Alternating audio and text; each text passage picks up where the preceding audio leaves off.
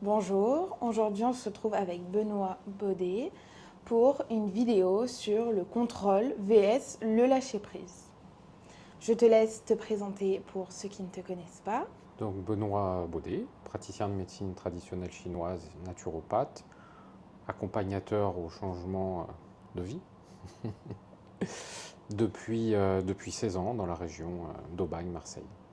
Ok, merci. Donc déjà on va commencer par les bases pour mieux comprendre. Déjà, qu'est-ce que c'est le besoin de contrôle? On entend plus souvent parler du lâcher-prise que du besoin de contrôle. Souvent on entend ça, il faut que je lâche prise, il faut que je laisse tomber, il faut que j'abandonne cette idée, il faut beaucoup de choses, mais dans la façon même dont c'est dit, on sent le besoin de contrôle sur ce qu'on aimerait lâcher. Il faut. Il faut, voilà, typiquement le il faut, Ouais. il n'y a qu'à faucon, c'est facile à dire, dans les faits c'est un peu moins facile à faire. Ouais. Donc très souvent ce à quoi on est confronté, et c'est humain, c'est ce contrôle, y compris dans la volonté de lâcher prise. Le lâcher prise, qu'est-ce que c'est? C'est laisser tomber une émotion, laisser tomber une sensation, laisser tomber un sentiment, quand j'ai pas précisément de contrôle dessus. Donc vouloir même le lâcher prise, c'est un peu un moyen de contrôle. Ok. Et à quoi ça peut être dû ces besoins de contrôle par rapport aux blessures prédominantes ou par rapport à l'enfance ou les grands titres? Sans rentrer pour l'instant dans les grands détails du besoin de contrôle, quand on vient sur Terre, on est incarné dans un corps physique. L'être que l'on est par essence va s'exprimer par des pensées, par des paroles, mais il va s'exprimer aussi par le faire. Et donc, ce qui va, au bout d'un moment, définir l'être, c'est ce qu'il fait. Donc s'il ne fait pas ce qui est... Voilà. S'il ne fait pas, alors dans ce qu'il fait, il y a tout un champ de possibilités. Le libre arbitre. Bien sûr, après, il a le libre arbitre, mais quoi qu'il en soit, derrière s'exerce quand même une sorte de force qui le pousse toujours à faire plus, toujours à essayer de montrer, toujours. Et c'est là où ça devient pathologique et on peut déceler déjà des blessures qui remontent à une époque où ce petit être, l'enfant, qui n'a pas besoin de prouver quoi que ce soit à personne, commence à s'y sentir obligé. Et c'est à travers ces manifestations, que ce soit parler, que ce soit aider le parent, le questionner, jouer avec lui, à travers tout ce qui va faire le développement de l'enfant, c'est là où soit cet être dissocie bien ce qu'il est de ce qu'il fait, ce qui n'est pas facile à cet âge-là évidemment, soit il va grandir en se définissant par ce qu'il fait, ou par ce qu'il n'arrive pas à faire. Oui, et selon le schéma familial, les croyances familiales, tout s'imbrique et ça crée... Voilà, c'est là où le système commence à partir de travers. Ok, merci. Et du coup, le lâcher-prise? Le lâcher-prise, ça va être sentant qu'il y a un besoin de contrôle, de faire, d'aller jusqu'au bout, de forcer. On sent qu'il y a quelque chose qui n'est pas naturel dans le principe. On va au-delà de ce que l'être est censé exprimer. Et on se retrouve dans des situations où on se demande comment on en a pu se retrouver là. Ouais. Qu'est-ce qui a fait qu'à un moment, je me retrouve professionnellement dans cette situation, familialement dans cette situation, sociologiquement dans cette situation, auprès de mes amis, Qu'est-ce qui fait que j'en suis là? Et donc va s'imposer la volonté de dire je dois lâcher tout ça parce que je me sens mal dans cette situation. Donc le lâcher-prise va s'imposer comme étant un concept. Un concept. Oui, c'est un concept, parce que entre le dire et puis le faire... Oui, c'est un concept assez, on va dire, vaste. Oui. Encore un concept très très, vaste. très vaste. Mais je pense qu'aussi on pourrait parler de confiance. Parce que pour lâcher prise, il faut avoir confiance. Oui. Le besoin de contrôle, ça montre aussi des insécurités beaucoup de choses. Alors tu vois, puisqu'on parlait tout à l'heure des blessures fondamentales et du besoin de confiance, il y a un type particulier de contrôle qui descend de la blessure de trahison. Entre 2 et 4 ans, avec le parent du sexe opposé, on a face à ce parent du sexe opposé des attentes particulières et le sentiment de trahison va être la non-réponse de ces attentes dans cette tranche d'âge. Oui. À partir du moment où ça ne répond pas en face comme je le souhaiterais, la frustration qui en découle et la mise en mouvement qui découle de cette frustration va être le fait de contrôler. C'est typique, le contrôle, quand il devient pathologique. Typiquement, ce contrôle descend de la blessure de trahison. Oui. Avec tout ce que ça implique, bien sûr. Le champ Oui, mais lexical est assez important. je le vois même dans les cas pratiques, par rapport à mes analyses sur mon entourage, sur des personnes. C'est souvent, oui, les personnes trahies qui ont un besoin de contrôle Bien sûr. assez élevé, Bien sûr. ce qui aussi crée du stress chronique, ça a beaucoup de répercussions. Évidemment, ça a des répercussions sur la Ouais. santé. Dans ce bris de confiance, bien sûr, il y a des attentes. La plus grande peur, c'est que les attentes ne soient pas répondues. Les besoins fondamentaux. Ah, ben là, c'est des besoins fondamentaux, qui sont des besoins fondamentaux de l'enfant, mais qui vont se retrouver comme une routine, une sous-routine de fonctionnement. Ok. C'est-à-dire qu'on voit l'adulte fonctionner, et puis on sent que derrière se cache quelque chose qui nous fait dire c'est un peu trop. Ouais. Typiquement, le blessé de la trahison, c'est un perfectionniste ou une perfectionniste. Donc quand il va faire quelque chose, quand il va produire quelque chose, c'est jamais assez bien. Même si le travail, il n'y a rien à dire que pour ce à quoi ça va servir, c'est déjà largement mieux que ce qui peut exister. Mais c'est pas suffisant. Il va continuer de plancher jusqu'à ce que ce soit parfait, chose qui ne sera peut-être jamais. Oui. Mais en tout cas, il va tendre vers ça. Je pense que c'est une philosophie qu'il faut développer et voir la chose d'une manière différente, un point de vue qu'on ne nous a pas forcément appris, dans le sens où, parce que aussi c'est en lien avec l'amour, de faire exemple, quand quelqu'un est perfectionniste, pas écouter selon les attentes des autres, mais selon son univers et ce qu'elle crée. Exemple, je prends l'exemple d'un artiste. Oui. Ou quand personnellement je conçois mes vidéos, il y a des fois quand je suis dans une phase très créative, je ne suis pas contente parce que je sais que ce n'est pas moi et que je ne suis pas dans le lâcher prise et que ma créativité ne peut pas se démultiplier et que je ne suis pas au profond de ma créativité. Et pour être dans le profond de ma créativité, il faut lâcher prise et être dans l'énergie féminine qui est tout l'inverse. Effectivement, quand on est dans le contrôle, on n'est pas dans la créativité. Et créativité et contrôle vont pas ensemble du tout. Du moins, on peut créer, mais pas créer quelque chose qui est aligné avec soi et quelque chose qui peut réellement marcher, vibrer, vu que c'est un point de vue biaisé. Tout à fait. Est-ce que tu peux nous expliquer tous les effets secondaires, les effets néfastes, quand on reste dans le contrôle, pour comprendre, réaliser ce que notre corps subit? Et aussi pour éviter d'arriver, tu vas nous l'expliquer juste après, mais au burn-out, arriver à un état de fatigue extrême pour prendre les choses en main. Donc c'est vrai que ce mode de fonctionnement va avoir des conséquences sur le corps. Comme tu sais, je pratique la médecine chinoise. La particularité de la médecine chinoise, comme on en a déjà parlé, c'est de ne pas faire la distinction entre ce qui se passe en termes de sentiments dans l'esprit avec l'impact que ça a sur le corps. Typiquement, le besoin de contrôle impacte pas l'organe, mais la structure qui est liée à cet organe qu'est la vésicule biliaire. Le besoin d'avoir un fil, de se tenir à ce fil et surtout pas de dévier. Donc, un des premiers impacts sur la santé d'un contrôlant vont être les soucis digestifs. La vésicule biliaire, elle a un rôle majeur au niveau digestif. Et ben, on va retrouver des problématiques digestives. Voilà, ça peut être la diarrhée, la constipation, entre les deux. En tout cas, il y a quelque chose qui ne fonctionne pas. Ça peut être les remontées acides, ça peut être tout un tas de troubles auxquels on s'habitue parce que finalement, ils vont commencer très tôt.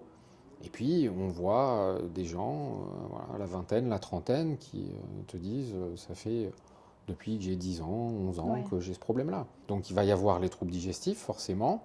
Il va y avoir des choses un petit peu plus, des symptômes un peu plus subtils, type maux de tête, par une forme de striction, c'est-à-dire que mon chemin, il est là, si j'ai besoin d'aller là, ça ne va pas être possible, ça va forcer. Toutes les pathologies inflammatoires, articulaires inflammatoires, justement parce que le corps ne se plie pas à ce que l'esprit voudrait, ou au bout d'un moment, il en a marre de plier. Donc on va retrouver aussi cet impact-là. Pour ce qui est de la partie physique, ce sont les grandes lignes. Puis un épuisement, puisque pour être parfait, il faut être sur le pont H24. Donc le repos, oui, on a les insomnies aussi, puisque le perfectionniste, le contrôlant, le soir, quand il se met au lit, il refait sa journée pour voir si tout a été comme il fallait. Et s'il y a un grain de sable dans la mécanique, c'est plus possible. Il ne ferme pas l'œil de la nuit. Oui, ou ce qui est à venir n'est pas contrôlable. Voilà. Voilà, tout C'est ce qui est... est le lendemain sur ce qu'il va y avoir à faire dans la journée. On s'est établi comme ça à telle heure, à telle heure, à telle heure. S'il y a une petite déviation, tout Oui, part en cacahuète. où il y a une zone de stress potentielle. Ouais, Donc c'est d'ailleurs aussi un objet de consultation en disant ouais. je ne supporte pas qu'il y ait quelque chose qui aille pas comme je veux, quoi. Ça, c'est pour les impacts sur le corps. Ouais. Après, il va y avoir des impacts sur la vie de famille, Oui, la après, vie ça se fait en personnelle. cascade. Tout est Tu lié. vois, l'insomnie, bon, ça conduit à l'épuisement. Ça va être quand même le grand signe. Le grand signe d'appel, l'épuisement, avec tout ce que ça implique derrière, en termes de capacité à s'adapter au monde dans lequel tu vis. À l'extrême, on a l'agoraphobie, la spasmophilie, parce que cet environnement, j'ai pas de maîtrise dessus, donc le monde extérieur me fait peur. Et je finis par être agoraphobe ou spasmophile. Ouais. Ou les deux. Bon, et puis j'en oublie, hein, mais Oui. voilà, c'est des choses auxquelles on est censé penser quand on a ce type. Oui, et puis ça peut déclencher des maladies chroniques, vu que Bien sûr. il y a du stress chronique, il y Tout à fait. a plein de choses qui rentrent en compte, et selon l'individu, les symptômes Tout ce que ça implique. et les mots varient. Le stress chronique, si tu veux, aujourd'hui, on sait un peu plus comment ça se comporte. On a d'un côté un épuisement glandulaire au niveau surrénalien, des productions de cortisol notamment qui ont un impact sur nos neuromédiateurs, donc sur notre capacité à penser, à apprendre, à régénérer nos cellules nerveuses. Donc c'est pas rien.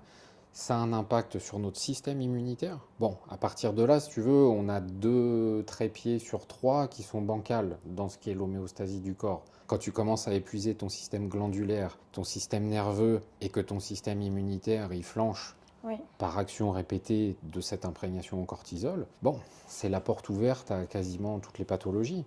Voilà, donc bien sûr que cette histoire de contrôle, c'est vraiment problématique, bien au-delà de l'idée qu'on se fait du lâcher-prise. Par lâcher-prise, on voit un sage hindou en lotus Oui, on voit directement deux extrêmes. Et je pense que le lâcher-prise, ça à la portée de tout le monde. C'est muscler le positif, c'est muscler plein de choses. De manière, on va en venir. Tu vois ce que ça fait de lâcher prise sur son... Moi, je l'ai vécu. Hein. Moi, je me sens très concernée par cette vidéo. Problème de thyroïde et tout ce que j'ai eu. Eh oui, la thyroïde, bien sûr. On n'a pas parlé de la thyroïde. Très important, la thyroïde, elle marque c'est notre métronome intérieur. Elle règle le métabolisme de base. Elle règle du coup, elle est sensible à la façon dont on vit le temps qui s'écoule. Si j'ai pas assez de temps, elle va essayer d'accélérer. Sinon, si je suis toujours dans l'excès, la recherche de contrôler le temps, je vais être dans un premier temps en hyper, et puis d'un seul coup, je vais décompenser en hypo, pour que cette fois-ci, je prenne le temps, que ça corresponde à ce qu'est mon être profond, qui par essence, mon être profond, pourrait vivre assez oisif toute sa vie, mon être profond. Je ne parle pas de la programmation après. Oui. Qu'on reçoit de nos parents en les voyant s'activer dans tous les sens. Il faut faire ci, il faut faire ça, il faut travailler, il faut aller à l'école, faut. Il y a un moment, on répond principalement en fait à ces conditionnements-là. Il faut plus apprendre à écouter son être profond. Voilà, c'est un bon programme. Pour écouter son être profond, il faut déconstruire tout un tas de choses. Eh oui. Souvent. Oui. Par rapport aux personnes qui ont des besoins de contrôle, il peut se cacher une hypersensibilité, parfois, ou une mauvaise gestion des émotions, ou une peur de la vulnérabilité. Aussi. Voilà. Pour parler un peu émotion, comment tu conseillerais, comment faire face à ces émotions? Parce que, aussi dans le contrôle, il y a aussi du déni des fois. Et le côté émotionnel, c'est ce qui, on va dire, complique la vie de tous les jours. C'est ce qui complexifie l'humain. Oui, mais en même temps, c'est ce qui nous rend humains. Mais c'est ce qui nous rend humains et c'est ce qui nous aide à évoluer. Oui. Là, je parle des émotions d'une manière négative parce qu'on parle du contrôle.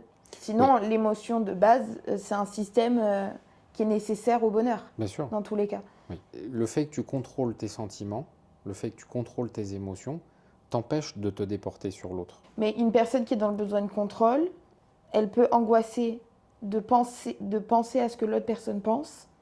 Oui. Et ça peut lui créer une angoisse alors que déjà, elle elle a des émotions négatives. Donc Oui. ça amplifie l'angoisse. Oui, parce qu'elle ne va pas contrôler ce que l'autre en face ressent. Voilà, c'est ça. Elle peut potentiellement se contrôler elle-même, mais elle ne peut pas contrôler ce qui l'entoure. Impossible. Voilà. C'est pour ça que les gens contrôlants sont très difficiles à vivre. Parce qu'ils te disent au jour le jour, à la minute près, ce que tu dois penser, comment tu dois le penser. C'est ce qui perturbe d'ailleurs les relations dans une personne qui a été trahie.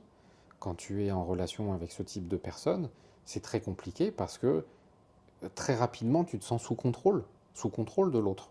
Et si tu es empathique, tu vas laisser de côté tes émotions pour laisser la place à l'autre. Oui. Et petit à petit, tu perds ton essence. L'autre te dit quoi penser, comment le dire, quoi faire, comment le faire. Et tu deviens un espèce de clone qui n'est pas toi. Totalement. Totalement.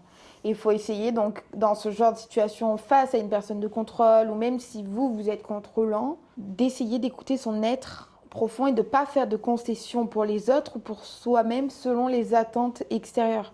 C'est très facile à expliquer comme ça, mais moi-même, je l'ai vécu. Donc, je peux vous dire que c'est très compliqué de s'en défaire, mais c'est faisable. C'est très faisable et vous pouvez atteindre des niveaux de plénitude, des niveaux de relâchement extrême, même si aujourd'hui, vous n'avez jamais ressenti ces sentiments-là. C'est vrai. Ça va libérer un potentiel parce que c'est très énergivore. C'est pour ça qu'à l'extrême, on se retrouve avec, je te le disais tout à l'heure, des pathologies inflammatoires parce que c'est très contraignant pour le corps. Oui. On peut se retrouver en situation de burn-out, d'épuisement, parce qu'on mobilise une telle énergie à vouloir que le monde qui nous entoure soit conforme à nos attentes, que cette énergie qui essaye de faire plier ce qui est impliable, elle n'est plus disponible pour nous vraiment. Oui. Donc un des premiers signes qu'on est en train d'abandonner le contrôle, c'est qu'on récupère de l'énergie pour soi, cette fois-ci. Et plus de l'énergie pour contrôler les autres, ou contrôler nos pensées, ou contrôler nos désirs, ou contrôler... Non, ça s'arrête progressivement. Ouais. Merci. Maintenant, on va parler des bienfaits du lâcher-prise. Est-ce qu'on peut faire le tour des bienfaits physiques et mentaux? Tout à fait. Chaque individu qui accède à ce lâcher-prise, comme je te le disais à l'instant, recouvre avant tout de l'énergie. Et cette énergie, cette fois-ci, est disponible non pas pour le mettre à profit de nos blessures, mais le mettre au profit de l'être. Ce pourquoi on est venu sur Terre. Oui, parce qu'avec plus d'énergie positive, on va dire, vous allez pouvoir vous développer, faire des choses qui vous plaisent, faire du sport, faire des activités. Votre imagination, elle va être beaucoup plus enclin à vous pousser à faire des choses pour votre être profond. C'est toute une cascade de choses qui font que... C'est comme, vous pouvez vraiment le voir comme un muscle. Exemple, le muscle du négatif et le muscle du positif. Au plus vous musclez le négatif, au plus vous allez être dans le contrôle, dans le brouillard, tout ça. Plus vous allez muscler le positif, plus votre vision va changer. En fait, c'est pas qu'un point de vue mental, un mindset. C'est pas que ça, c'est une vision. C'est une vision dans votre quotidien qui peut changer la donne. Et vous allez même le voir. Alors, vous n'allez pas passer tous les jours des journées positives.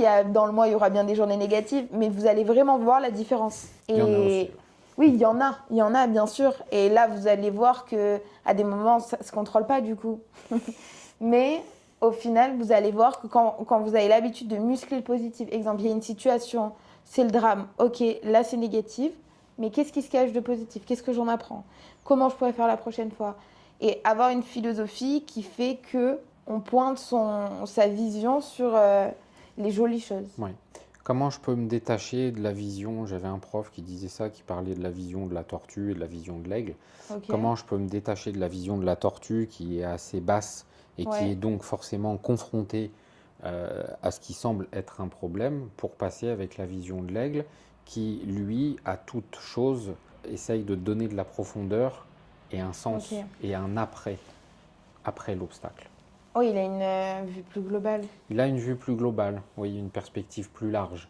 Et ce qui, philosophiquement, nous amène, cette histoire de lâcher prise et de contrôle, nous amène à avoir une vision très reculée sur la vie. Oui, et puis se trouver des petites phrases qui nous font sens à nous-mêmes. Exemple, alors bien sûr, il y a des gens qui sont dans le besoin, mais exemple, il y a plein de problèmes. J'appelle ça les problèmes de riches. Oui, c'est vrai. Voilà. C'est pas une question d'acheter une bagnole, c'est exemple, il y a des petits soucis, on va se prendre la tête, c'est des problèmes de riches. Tout à fait. Et Tout à fait. juste conscientiser et arriver à se créer un petit réflexe de d'un coup dire « Ah non, non, mais là, tu déconnes, t'es en train de chipoter ». Et petit à petit prendre conscience des choses. Je pense aussi qu'il y a des personnes qui ne sont pas conscientes qu'elles sont dans un besoin de contrôle. Et ça se schématise par de l'anxiété Mhm. et du stress. Et elles pensent juste qu'elles ont un tempérament un peu Anxieux. anxieux ou qu'elles sont hyperactives. Parce qu'il y a des Mm. faux hyperactifs aussi. C'est vrai. Tu as raison, on peut peut-être le rajouter dans ce qui fait partie des manifestations d'un besoin de contrôle, l'anxiété. Mm. C'est de ne pas comprendre pourquoi à un moment, on peut faire des crises de panique, on peut se sentir mal, Mm. anxieux. Mm. Il y a des gens, ils paniquent d'un coup dès qu'ils perdent le contrôle. Oui. Mais ils ne se rendent pas compte que c'est un besoin de contrôle. Oui. C'est juste les émotions qui débordent C'est ça. et des mécanismes qui sont ancrés, présents, mais qui se déconstruisent totalement, qui peuvent, avec le temps, avec l'envie, surtout le courage de vouloir avancer, Oui. peuvent se déconstruire. Alors en fait, pour donner envie aux gens qui peuvent se reconnaître dans ces cas-là, c'est plus facile de déconstruire un système, d'accepter qu'au départ, ok, je suis anxieux, ok, j'ai ce besoin de contrôle et ça m'angoisse beaucoup parce que je sens qu'il y a beaucoup de choses qui m'échappent. C'est plus facile de consulter, de se faire aider, de se faire accompagner, que de vivre avec cette problématique. Totalement. Totalement. Mais en même temps, c'est auto-renforcé par le besoin de contrôle. Oui. C'est-à-dire que j'ai pas besoin d'aide. C'est une des autres caractéristiques des gens qui sont contrôlants. Ils n'ont pas besoin d'aide, ils ne se font pas aider, ils ne se font pas accompagner. Donc, pour ces personnes qui se reconnaissent, si l'objectif de la vidéo c'est d'aider ces gens-là, c'est plus facile de se faire accompagner que de lutter au quotidien. Et d'attendre la dépression, le burn-out, une maladie chronique, avec une tout maladie. ce que ça implique. Oui, totalement. Bien sûr. Totalement. Si le message, si on doit faire passer un message, c'est celui-là. C'est plus facile d'être accompagné, peu importe la méthode après. Oui. Ben, sur la chaîne YouTube, je vous ai fait des vidéos sur plusieurs méthodes, sur plusieurs thématiques. D'ailleurs, il y en a d'autres qui sont à venir. Après, utilisez ce qui vous parle. En fait, l'essence même, on va dire, un peu de chaque vidéo, au final, la vraie clé, elle est à l'intérieur de vous, pour toutes les thématiques. Mais pour, on va dire, trouver cette clé à l'intérieur de vous, parfois, il faut se faire aider, accompagner pour écouter son être profond. Écouter qui on est, écouter qu'est-ce qu'on a envie. Et c'est un petit processus. Il y en a pour qui c'est naturel, il y en a qui doivent se faire aider. Et c'est totalement OK. Et même pour ceux pour qui c'est naturel, vous pouvez vous faire accompagner. C'est toujours un plus, une petite accélération. Oui, c'est un plus. Voilà, il n'y a pas de mode d'emploi préconçu. On a tous un mode d'emploi unique. Il faut choisir son propre mode d'emploi pour aller en fait vers son potentiel max. Alors il n'y a pas de potentiel max parce que là on va éviter le contrôle. Son potentiel, c'est déjà Son pas mal. potentiel, on va développer juste qui on est, devenir une meilleure personne demain. C'est tout déjà. Voilà, tous les jours. Alors, pas tous les jours devenir une meilleure personne, parce que ça serait très compliqué, de tous les jours faire un exploit. Oui. Vu que ceux qui sont dans le contrôle ont souvent une vision du mieux qui est... C'est compliqué parce qu'au-delà du besoin de lâcher prise, il y a le mécanisme de la pensée qui est récurrent. Un humain moyen, c'est 70 000 pensées par jour. Et entre hier et aujourd'hui, il y a à peine 1% de nouveautés dans nos schémas mentaux. Ok. 1%. Ouais, c'est pas énorme. Mais par rapport à quand? Par rapport à la veille. Entre hier et aujourd'hui, si j'ai introduit 1% de nouveautés dans ma façon de penser... Ah, ok. Je croyais que c'était en année par rapport... Non, ok, d'accord. Ok, ça va. Okay. Voilà, c'est pour illustrer le process. Le process. Ouais. Et le besoin de s'attacher à ce travail du lâcher-prise. Oui. Parce que justement, le schéma mental, la pensée, fait qu'il y a une récurrence avec peu de nouveautés introduites tous les jours. Donc des changements pour devenir une meilleure personne, entre guillemets, enfin pour devenir une version évoluée de soi-même, ça demande du temps. Totalement. Il faut être patient, il faut travailler sur la peur du temps, il faut travailler sur ses peurs globales, il faut travailler sur l'anxiété. Après, j'ai un petit exercice qui peut vous aider. Il y a quelques mois, j'ai ressenti cette sensation de contrôle de mon cerveau, le brouillard, aucune créativité. Il y a eu un gros blocage. Ce que j'ai fait, c'est que j'ai constaté que je rejugeais mes propres pensées et que j'étais arrivée à un stade où Il fallait en changer. il fallait refaire un switch de vision. Et ce que j'ai fait, c'est que je me suis laissé quelques jours, 3-4 jours, où je me suis dit, tout ce que tu penses, tu ne le juges pas. Donc, tu penses, et par contre, parce que je devais prendre des décisions, dans 3-4 jours, la décision te viendra naturellement. Aussi, arrêter de se torturer soi-même et de se faire des dialogues internes. Apprendre à juste laisser parler sa petite voix et se laisser un peu porter par cette petite voix et la laisser parler parce que des fois, elle a juste besoin de s'exprimer. Tu as appris le lâcher prise à ce moment-là. Ok, c'est bon, j'ai mon diplôme. Oui. Mais je sais que, et d'ailleurs s'il faut, je le referai, et c'est super bien de se couper un peu, de laisser... C'est un concept un peu bizarre à expliquer, mais de se dire, je ne juge rien, même si vous avez une pensée négative, vous la jugez pas, une pensée. Et vous laissez juste votre cerveau, en fait, ça va l'aider à se reposer. Oui, ça s'appelle la déconstruction de la pensée.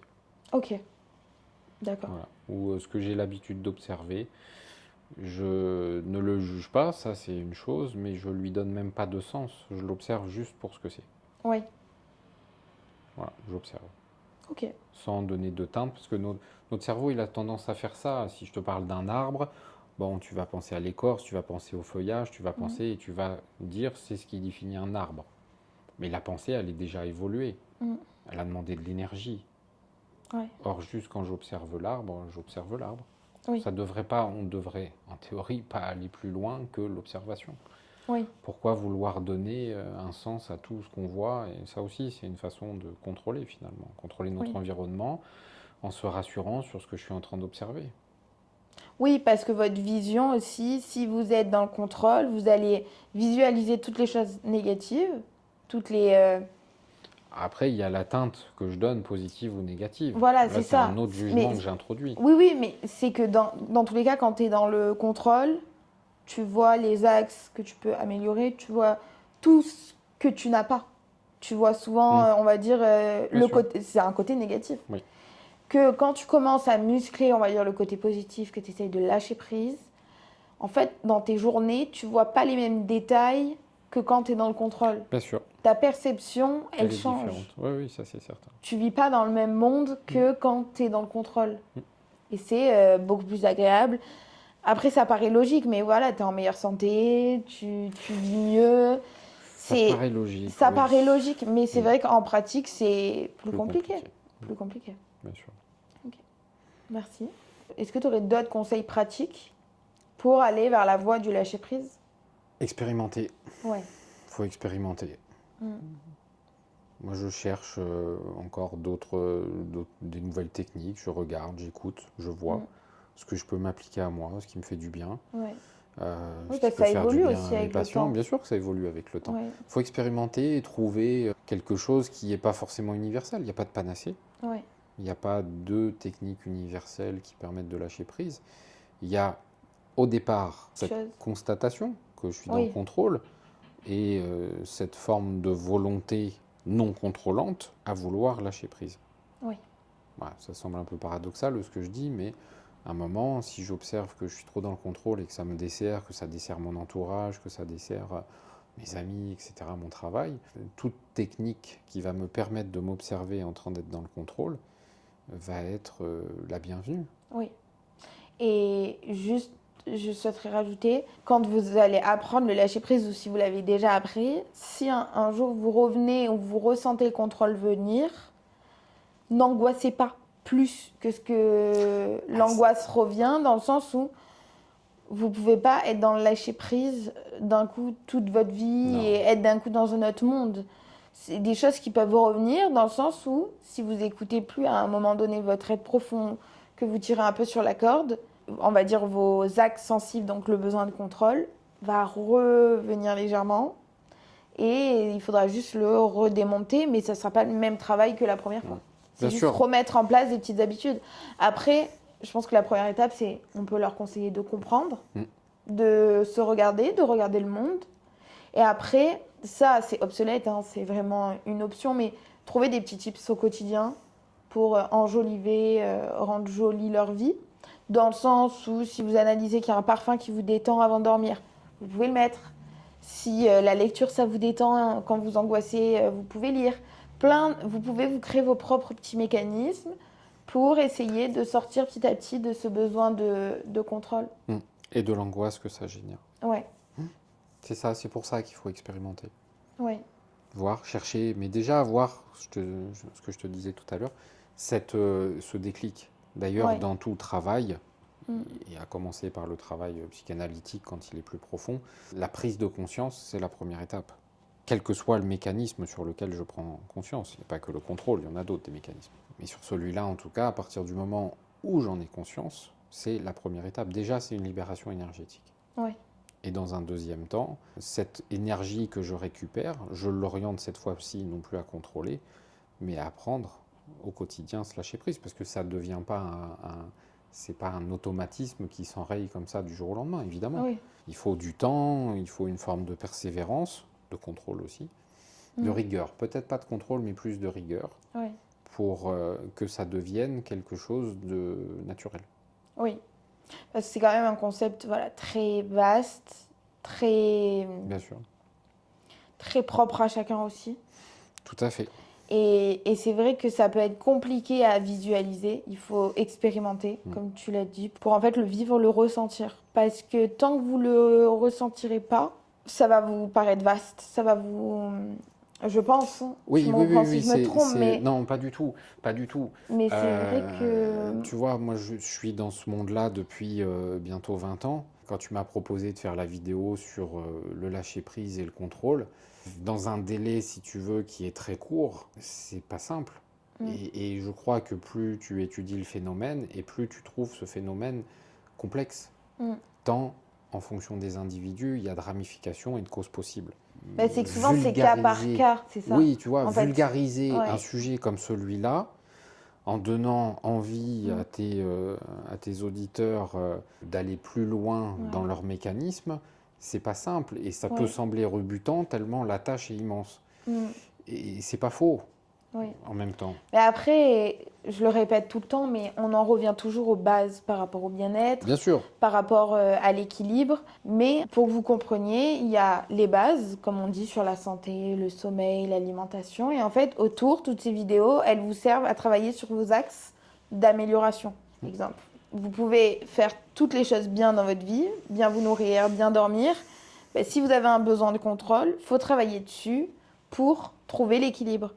Parce que sinon, ça serait beaucoup trop facile, on va dire, de trouver son équilibre en dormant, mangeant, etc. etc.